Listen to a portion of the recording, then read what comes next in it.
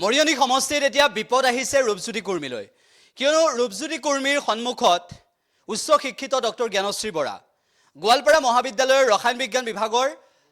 সহকাৰী অধ্যাপিকা আছিল ডক্টৰ জ্ঞানশ্ৰী বৰা ডক্টৰ জ্ঞানশ্ৰী বৰাই চাকৰি বাদ দি ৰাজনীতিলৈ আহিছে আৰু মৰিয়নি সমষ্টিত নিৰ্বাচন খেলাটো এক প্ৰকাৰ নিশ্চিত তেনেকুৱা এটা প্ৰেক্ষাপটত ৰূপজ্যোতি কুৰ্মীৰ বাবে ডাঙৰ বিপদ এইভাৱেই আহিছে যে এগৰাকী উচ্চ শিক্ষিত আৰু সমাজৰ বাবে সবলভাৱে মাত মাতিব পৰা যুৱতীয়ে মাত মাতিব পৰা এগৰাকী নাৰীয়ে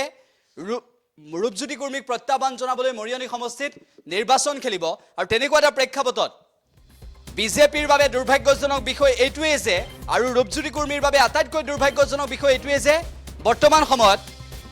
ডক্টৰ জ্ঞানশ্ৰী বৰাৰ যি জনপ্ৰিয়তা আৰু ডক্টৰ জ্ঞানশ্ৰী বৰাৰ যি